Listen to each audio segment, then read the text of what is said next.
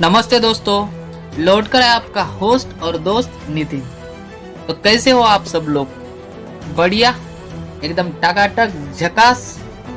तो चलिए आज देखेंगे अपन कि इंडिया और नेपाल के बीच में जो डिस्प्यूट चल रहा है दोस्तों, तो शुरू से लेकर यानी एकदम शुरू से अब तक क्या हुआ और ये डिस्प्यूट के पीछे रीजन क्या है, तो ये सब चीजें हम देखेंगे, एकदम फाड़ देंगे टॉपिक को।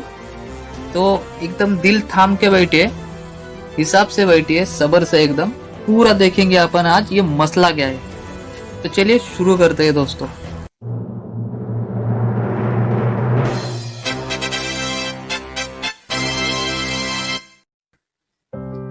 दोस्तों नेपाल के बारे में दो तीन चीजें मैं आपको बता देता हूँ, उतनी पहले समझ लो आप। तो फर्स्ट ऑफ ऑल यहाँ पर आप देख पाओगे कि ये है अपना इंडिया, ये है चाइना, ये है नेपाल। तो नेपाल जो कंट्री है दोस्तों, इसे कहा जाता है लैंड लॉक कंट्री।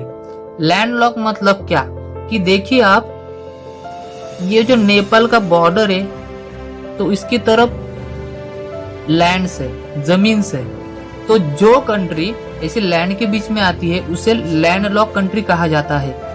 अपना देखने जाओगे आप इंडिया का, तो आप देख पाओगे दोस्तों कि नीचे पानी दिखेगा आपको, बराबर।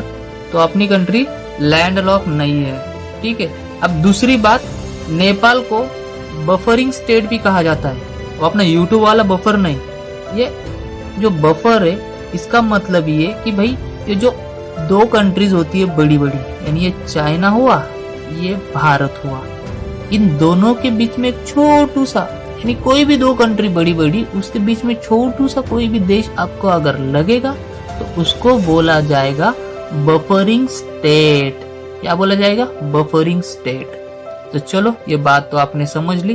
तो शुरू करते हैं नेपाल का इतिहास कि क्या हुआ था।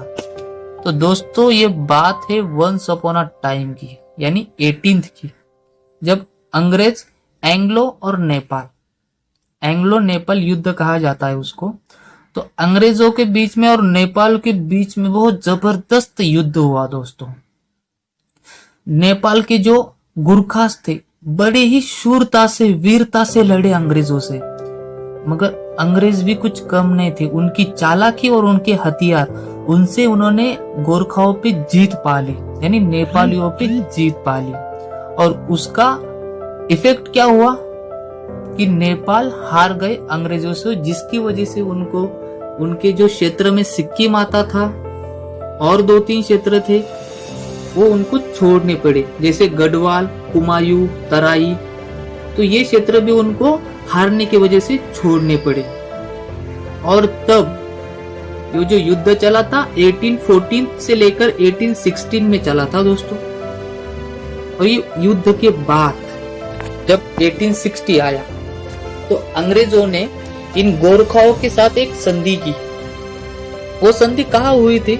एक्चुअल में वो संधि हुई थी, देखिए दोस्तों, अपने बिहार में एक चंपारण स्टेट में सुगौली नाम का एक प्रदेश है, प्लेस है सुगौली, चंपारण में। ये देखिए आप देख पाओगे यहाँ पे, ये है यहाँ पे नेपाल, यहाँ पर है देखिए नेपाल, और ये है अपना बिहार। तो ये लगता है इनका बाउंड्री। तो 1816 में बिहार में एक चंपारण नाम के स्टेट में सुगौली नाम का प्लेस है, तो वहां पर ये संधि हुई, जिसका नाम, ये अंग्रेज और नेपाल के शासकों के बीच जो संधि हुआ उसका नाम उन्होंने रखा सुगौल की संधि। तो ये सुगौल की संधि में क्या बताया गया था? तो ये मोस्ट इंपॉर्टेंट बात है दोस्तों, जो सुगौल की संधि है उसी पे पूरा मसला डिपेंड है, पूरा विवाद इसके ही इर्द गिर्द फिरेगा। तो इसको पूरे शिद्दत से, पूरे ध्यान से समझ लो आप। आपको मैं इधर में बताना चाहूंगा, ये देखिए 1816 अंग्रेजों और गोरखों नेपाली प्रांत के बीच संधि हुई। उस संधि में क्या लिखा गया था? तो संधि में ये बताया गया था दोस्तों कि जो शारदा रिवर है, यानी आज की काली रिवर, महाकाली बोलिए, शारदा बोलिए, ये सब एक ही रिवर के नाम है। तो शारदा रिवर बॉर्डर बनाएंगी नेपाल और इंडिया के बीच में, ये उस संधि में कहा गया था।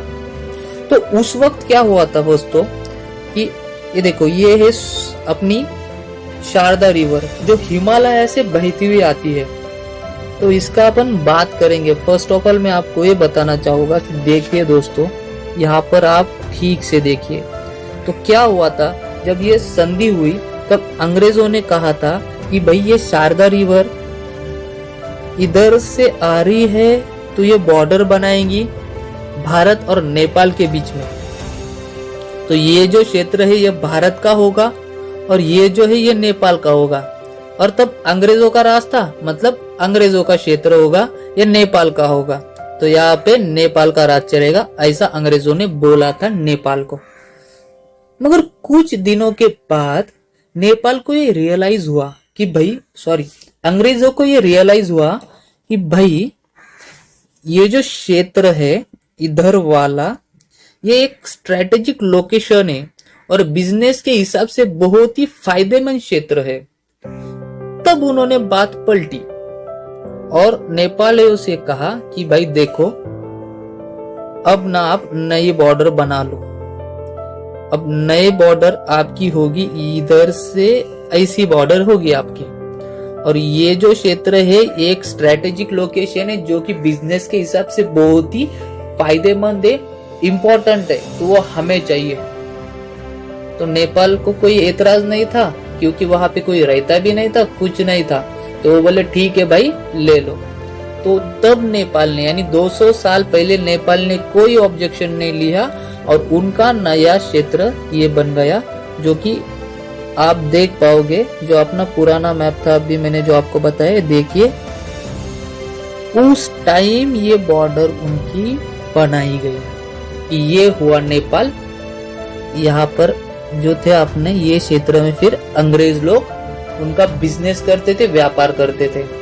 उसके बाद धीरे धीरे क्या हुआ, अंग्रेज अपने यहाँ से चले गए तो इधर बस्तियां हुई जहाँ के इंडियन रहते हैं। नेपालियन इंडियन क्या है, एक ही तो है, तो लोग यहाँ पर रहते हैं।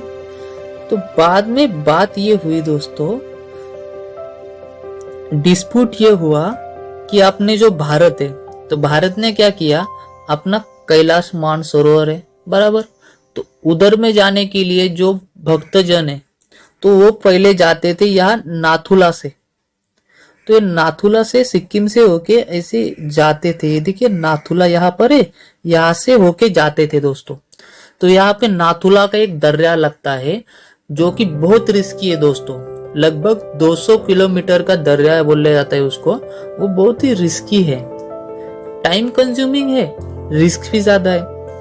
तो भारत ने सोचा क्यों ना हम हमारे भक्तों के लिए जाने के लिए उत्तराखंड से एक रास्ता बनाया जाए, जिससे कि उनका टाइम भी बचेगा, रिस्क भी कम होगी।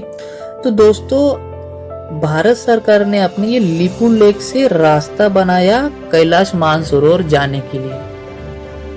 और बस यही से ये विवाद शुरू हुआ। यही से नेपाल ऑब्जेक्शन लेने लगा भारत पे कि भाई जो आपने ये रास्ता बनाया है ये हमारी क्षेत्र में आता है और आपने हमारी परमिशन ली ही नहीं और रास्ता बना दिया, ऐसे कैसे। तो अपन ने बोला कि भाई तू बॉर्डर देख तेरी जो कि इसके बाहर आती है। ये देख भाई, अपन ने बोला ये तेरी बॉर्डर है। क्या बोला अपन ने कि भाई ये तेरी बॉर्डर है और हमने जो रास्ता बनाया वो इधर से निकला।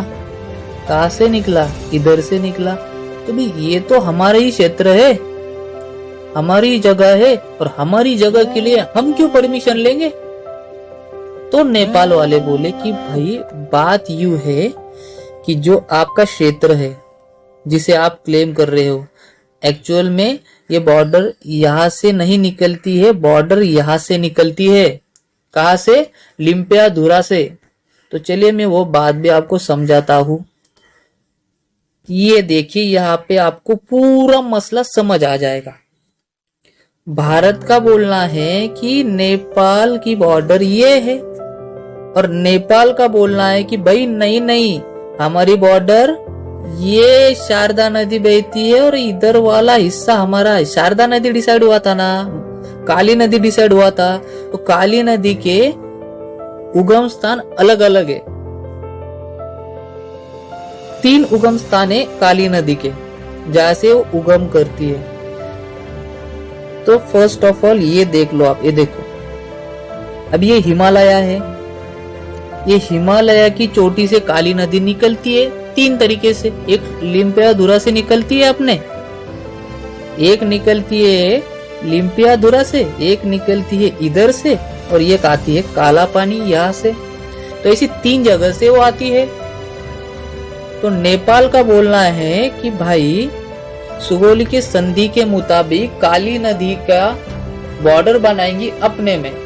काली नदी के जो ईस्ट साइड है, काली नदी का ईस्ट साइड किसका होगा? वो होगा हमारा, और वेस्ट साइड किसका होगा? आपका। ठीक है, तो उन्होंने बोला और हमने बोला कि भाई वही बात हम भी कर रहे हैं, काली नदी का ईस्ट साइड आपका, वेस्ट साइड हमारा। तो हमने बोला कि देखो फिर अभी ये है काली नदी बहने वाली, इसका ईस्ट आपका और ये वेस्ट हमारा। उनका बोलना है नहीं नहीं ऐसा नहीं, ये है काली नदी, ये आपका, ये हमारा। हमने बोला चलो संधि निकालो। संधि निकाली गई। संधि में ये पाया गया कि फर्स्ट ऑफ ऑल अंग्रेजों ने तो बोला था कि भाई आपको जो है, तो हमने ये बॉर्डर बना के दी है, इतना क्षेत्र नेपाल का है। मगर बाद में उनको पता चला कि यहाँ पे बहुत अच्छे से बिजनेस होता है, तो बिजनेस के लिए ये स्ट्रेटेजिक लोकेशन बहुत बढ़िया है, तो उन्होंने ये जगह ले ली और उनको नई बॉर्डर बना के दी कि भाई आपकी नई बॉर्डर तो ये है।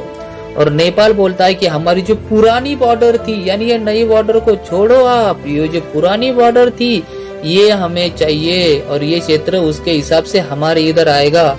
उसके लिए नेपाल ने नया मैप भी बनाया। जो नए मैप का मसला चल रहा था ना कि भाई नेपाल ने नया मैप बनाया, तो असल में क्या किया? तो देखिए, फर्स्ट ऑफ ऑल इनका क्षेत्र था नेपाल का, देखो ये नेपाल था इतना, और नए मैप में क्या किया उन्होंने, आप देख पाओगे, ये देखो ये इधर बढ़ा दिया। ये जो बड़ा है ना, ये क्षेत्र असल में कौन सा है? ये वही है, ये देखिए, ये है अपना लिम्पियाधुरा, यहाँ पे है लिपुलेख, यहाँ पे काला पानी। तो ये 380 किलोमीटर का क्षेत्र उन्होंने अपने क्षेत्र में बताया नए मैप के मुताबिक। ये है उनका नया मैप। नए मैप में उन्होंने ये हिस्सा उनके यहाँ बताया, जबकि 200 साल से उन्होंने क्लेम भी नहीं किया था। 200 साल से भारत अपने नक्शे में बता रहा था, भारत बोल रहा था कि हमारा हिस्सा है भाई, हमारे लोग रहते हैं वहां पे, इस पे तो उन्होंने ऑब्जेक्शन भी नहीं लिया 200 साल से। और सडनली ये क्यों हुआ? तो इसके पीछे भी बहुत अच्छी स्टोरी है दोस्तों। ये सडनली क्यों हुआ तो सुनिए आप। अब ये है इनके पीएम ओली, केपी शर्मा ओली। तो कुछ दिनों पहले क्या हुआ, इनकी जो पार्टी है दोस्तों, कम्युनिस्ट पार्टी, तो कम्युनिस्ट पार्टी नेपाल में विरोध हो रहा था, यानी उनके जो पार्टियां थी वहां की, तो उनके बीच में थोड़ा विवाद चल रहा था कि भाई ओली को हम पीएम नहीं बनाएंगे। तब तो चाइना उधर से भागते भागते इनके पास आया और बोला कि सुनो, ओली साहब नेपाल के लिए बेस्ट है, उनको ही पीएम बनाओ, और इनका जो जो विरोध करेगा उनका पाला हमसे होगा। यानी चाइना उधर से आया, इनके पॉलिटिक्स में इंटरफेयर किया, इन्होंने कम्युनिस्ट पार्टी को सपोर्ट किया। क्यों? क्योंकि चाइना में भी चलती है कम्युनिस्ट पार्टी, नेपाल में भी चलती है कम्युनिस्ट पार्टी, दोनों तरफ चलती है कम्युनिस्ट पार्टी। इनकी विचारधाराएं सेम है, तो चाइना इनकी विचारधारा को अप्रिशिएट करने के लिए आ गया और उसने कहा कि भाई हम पीएम ओली को ही हम पीएम बनाएंगे। और फिर ओली को अगर चाइना ने सपोर्ट किया तो वो क्यों इंडिया के फेवर में बात करेगा? तो तभी से ये मसला शुरू हुआ और ओली साहब ने पूरा मसला खराब कर दिया। अभी तो नेपाल और नेपाल और इंडिया बहुत ही घने मित्र थे। एक बात ये भी कही जाती है कि जो एक समिट हुई थी नेपाल में, उस समिट में भारत ने कहा था कि भाई पाकिस्तान अगर आएगा समिट में तो हम नहीं आएंगे। तब नेपाल ने पाकिस्तान को बोला कि नेपाल ने पाकिस्तान को इनवाइट ही नहीं किया, भारत अपना वो समिट में आ गया। इतनी गहरी रिश्ता था, दोस्ती थी, तो क्या हुआ, पॉलिटिक्स से भाई, सब पॉलिटिक्स। तो समझ पा रहे हो आप? तो सुनो, अब चाइना ने बोला कि भाई देखो, आपको क्या चाहिए, पानी चाहिए, जॉब्स चाहिए, पैसा चाहिए, सब हम देंगे, आप बस एक काम करो, इंडिया के खिलाफ बुरा भला बोलते जाओ। तो तब से उनके स्टेटमेंट चालू हो गए ओली साहब के कि भाई 85% पीपल इंडिया से आए जो कोरोना लेके आए हमारे नेपाल में। उसके बाद वो बोलते हैं कि भाई हांगकांग ये चाइना का क्षेत्र है, इसमें कोई इंटरफियर ना करे। उसके बाद और क्या बोलते हैं दोस्तों कि अपने जो यूपी के सीएम हैं योगी आदित्यनाथ जी, उन्होंने कहा कि नेपालियों यानी नेपाल को उन्होंने बोला कि भाई संभल जाओ, थोड़ा थम जाओ, जो गलती तिब्बत ने की वही गलती आप मत करो। तो उस पे ओली साहब भड़क गए और बोलने लगे कि भाई जो योगी आदित्यनाथ है वो ऑथोराइज पर्सन नहीं है ये बात करने के लिए, तो उनको चुप रहना चाहिए, हमको धमकाना नहीं चाहिए। अब आप बोलोगे कि भाई तिब्बत का मसला क्या है? तो दोस्तों तिब्बत का मसला ये है कि तिब्बत पे चाइना वाले जबरदस्ती कर रहे थे। बाद में वहां के जो दलाई लामा है, दलाई लामा को उन्होंने तिब्बत से निकाल दिया। दलाई लामा बोले तो तिब्बत के प्रशासक हुआ करते थे, वहां की सबसे बड़ी पोस्ट हुआ करती थी जो तिब्बत को चलाते थे, मगर चाइना ने उनके यहाँ जबरदस्ती करके वो हथिया लिया, दलाई लामा को बाहर निकाल दिया। तो दलाई लामा अभी भारत में रहते हैं, अपने यहाँ पे वो शरण पाए हैं। तो तिब्बत के दलाई लामा हमारे पास रहते हैं, चाइना उधर से तिब्बत पे अभी हुकूमत चला रहा है। भारत एक संवेदनशील देश है जो सबका हित सोचता है, सबके साथ प्यार से रहता है। चाइना वैसे नहीं रहता है, ये वो हुकुमशाह है, वो गुलाम बना लेता है। भारत मित्र बना के रखता है, चाइना गुलाम बना के रखता है। इसलिए योगी जी ने कहा कि ओली जी बात को समझो और तिब्बत जैसी मिस्टेक मत करो। तो भड़क गए भाई साहब। बाद में अपने आर्मी के चीफ उन्होंने भी कहा कि भाई ये कुछ जो हो रहा है, ये जो एंटी इंडिया स्टेटमेंट ओली साहब से आ रहे हैं, तो इसमें कोई तीसरा घुस गया है। इस पे भी भड़क गए, बोले कि भाई ये चीफ भी है ना, ऑथोराइज पर्सन नहीं है। तो ओली साहब इंडिया को बस काउंटर किए जा रहे हैं। लास्ट वीक उन्होंने अपना नया मैप जारी किया जो कि उनके लोअर हाउस में अप्रूव हो गया है। आज मंडे है, आज मंडे के दिन अपर हाउस में उसका रिजल्ट आने वाला है। तो देखा जाएगा कि क्या होता है। हमने तो वही डायरेक्टली उनको बोल दिया कि आपने जो नया मैप जारी किया है वो हमें स्वीकार नहीं है, हम वो मान्य नहीं करेंगे। तो ये सब चल रहा है अभी मसला पीएम ओली के साथ। और उसी में क्या हुआ दोस्तों, उसी में हुई बॉर्डर पे फायरिंग। तो बॉर्डर पे फायरिंग किस वजह से हुई कि भाई जो नेपाल की बॉर्डर है उसमें नेपाल में कोरोना होने की वजह से अभी अलाउड नहीं है आना जाना करना। तो कुछ लोग अपने इंडियंस नेपाल में जा रहे थे, तो नेपाल में जाते समय लोकल पुलिस और अपने लोगों के बीच में थोड़ा विवाद हुआ। विवाद होने पे डायरेक्ट फायरिंग। अपना 133 करोड़ से भी ज्यादा पब्लिक है, मगर किसी पुलिस वाले ने फायरिंग नहीं किया।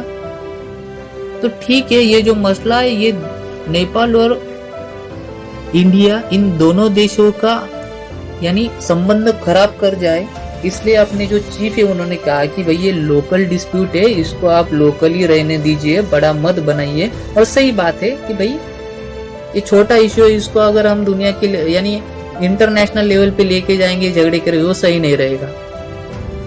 उसके बाद क्या हुआ तो ये हम देखेंगे अभी। कि ये पूरा जो मसला था बॉर्डर का, ये तो अभी आपको समझ आया कि क्या हुआ है। एक्चुअल में नेपाल जो है, तो नेपाल का बोलता है कि भाई ये लाइन वो मानेगा शारदा नदी की, अपन बोलते हैं, हम ये बोलते हैं ये लाइन है। तो ये मसला अभी चल रहा है, उससे ये पूरा विवाद खड़ा हुआ है दोस्तों। तो इससे ही अभी नेपाल और चाइना के जो संबंध है वो बढ़ते जा रहे हैं। अभी एक्चुअल में ये बात है कि आपको मैंने जो कुछ भी बताया अभी सब कुछ, तो यहाँ पर ऐसा भी बोला जा रहा है कि ओली जी इनकी सीट के लिए, यानी सत्ता में आने के लिए चाइना का सपोर्ट लिया, चाइना का सपोर्ट लेके वो सत्ता में आए हैं। तो भारत ने बोला है कि भाई अगर ये पॉलिटिक्स होगा, हाँ ये देखो थोड़ा भी बहुत सीरियस हो गया, आप थोड़ा हंस लो। क्या दिख रहा है आपको? मोदी जी और ओली जी दोनों तरफ से ये लिम्पियादुरा को खींच रहे हैं। ये क्षेत्र ये अपने पास है भाई, 200 साल से अपने पास है ये। अभी बीच में ही क्या निकाला इन्होंने, तो चलो ठीक है कोई ना। तो बात ये है अभी कि भाई बोलना है कि ये पॉलिटिक्स है सब। ओली साहब का पॉलिटिक्स है, उनको सीट नहीं मिल रही थी, उनको आना था पीएम बन के नेपाल का, तो उन्होंने चाइना की मदद ली। और हम ये अज्यूम कर रहे हैं, यानी इंडिया के जो अपने टॉप लेवल के जो डिसीजन लेने वाले अथॉरिटीज है वो अज्यूम कर रहे हैं कि भाई ये जो ओली साहब ने जो कुछ किया वो सब पॉलिटिक्स था, इसमें सच्चाई नहीं थी, ऐसा हम अज्यूम कर रहे हैं। और ओली साहब को इनवाइट किया है कि हम इस बॉर्डर के मसले पे बात करेंगे, इस डिस्प्यूट पे हम बात करेंगे, ये पूरा मसला सॉल्व करेंगे। तो अभी नेपाल की तरफ से आना बाकी है। नेपाल तो बोल रहा है कि भाई हमने भारत को बहुत बार इन्वाइट किया तो भारत ने आए, और अपने भारत का बोलना है कि हमने नेपाल को इन्वाइट किया, नेपाल राजी ने। अभी ये क्या मसला है, ये तो ये लोग देखेंगे। जैसे ही इन दोनों का म्यूचुअली कंसेंट हो जाएगा कि चलो भाई हम दोनों भी राजी है बात करने के लिए, तब तो इन दोनों में बात होगी, और दोनों में आशा करता हूँ कि फेवर वाली बात हो, और फिर दोनों का भी मसला सॉल्व हो जाए, जिससे क्या हो कि दोनों तरफ शांति बरकरार रहे। क्या है, देखो भारत आता है पावरफुल कंट्रीज में, टॉप 5 में भारत है, और ये नेपाल छोटू सा देश है। तो ये तो सही नहीं होगा, ये तो न्याय नहीं होगा कैसे कि हम नेपाल के विरोध में कुछ करे, जाके उन पे युद्ध करे या कुछ करे, ये तो सही नहीं होगा यार। तो बड़े दिल वाला है भारत, तो उसको थोड़ा उनको चांस देना चाहिए, सेकंड चांस देना चाहिए, उनसे बात करनी चाहिए, बातचीत करके सुलझाना चाहिए। तो वही कर रहे हैं अपने लोग। उनको इनवाइट किया है, जब ओली साहब आएंगे बैठेंगे, उस पे मसले पे चर्चा होगी, तो उसमें से सोल्यूशन निकलेगा। तो अभी बात सुनो, अगर सब हम जैसा एज्यूम कर रहे हैं ये सब पॉलिटिक्स था, वैसा हुआ तो ठीक है, कोई बात नहीं। मगर इसका उल्टा हुआ, वाइस वर्सा, यानी नेपाल सच में चाइना के अधीन हो गया होगा, नेपाल सच में चाइना को सपोर्ट कर रहा होगा, इंडिया के खिलाफ हुआ होगा, तो फिर तो दुश्मन हो जाएगा, और नेपाल को अपनी दुश्मनी बहुत भारी पड़ेगी। क्यों? क्योंकि देखिए दोस्तों, लगभग 2.85 करोड़ पीपल नेपाल में रहते हैं। कितने रहते हैं? 2.85 करोड़। उसमें से 80 करोड़ एक तो इंडिया में जॉब करते हैं, या रहते हैं, रेसिडेंट या जॉब। कितने? 80 लाख, 80 लाख। तो 2.8 में से कितना? 2.85 करोड़ में से 80 लाख पीपल नेपाल के भारत में है। तो अगर भारत के साथ दुश्मनी ले ली इन्होंने, तो आप सोचो कितना बड़ा रिस्क है। उसके बाद भारत और नेपाल की सीमा एक है, वो भी बहुत बड़ा रिस्क है। नेक्स्ट थिंग, भारत से कोई अगर चीज नेपाल को मिलती है तो 10 रुपए में अगर उनको मिलती होगी, तो वही वो अगर चाइना से लोगे तो 250 में पड़ेगी। क्यों? क्योंकि कोलकाता का बंदर उनको घूम के आना पड़ेगा, ट्रांसपोर्टेशन कॉस्ट बढ़ जाएगी। तो भाई अगर नेपाल हमारे साथ दुश्मनी लेता है तो सब तरफ से लॉस नेपाल का है, भारत को कोई लॉस नहीं है। हर समय हर जगह पर जहाँ पर नेपाल कमजोर गिरा, भारत ने नेपाल की हेल्प ही की है।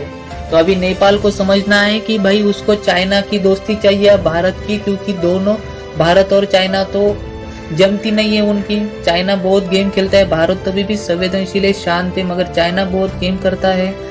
तो इन दोनों के ऐसा समझ लो इनडायरेक्टली दुश्मन है। अभी नेपाल को एक ही स्टैंड लेना है, भारत की तरफ से या चाइना की तरफ से। चाइना की तरफ से हुआ तो अपना दुश्मन, अपनी तरफ आया तो अपना दोस्त, और अपना दोस्त तो 200 सालों से है। तो अभी उसको अच्छे से समझना है कि उसको क्या डिसीजन लेना है। और मैं आशा करता हूं को आपको मैंने जो कुछ बातें बताई वो समझ आई होगी, और ये बहुत ही इंपॉर्टेंट बातें थी, सब बातें बहुत ही नॉलेजेबल और इम्पोर्टेंट थी दोस्तों। तो ऐसे ही कंटेंट के लिए please like, share and subscribe my channel. और अभी के लिए मैं आपसे अलविदा लेता हूं। थैंक यू सो मच दोस्तों for listening me and watching me carefully. और नेक्स्ट वीडियो आने तक bye bye, take care, thank you.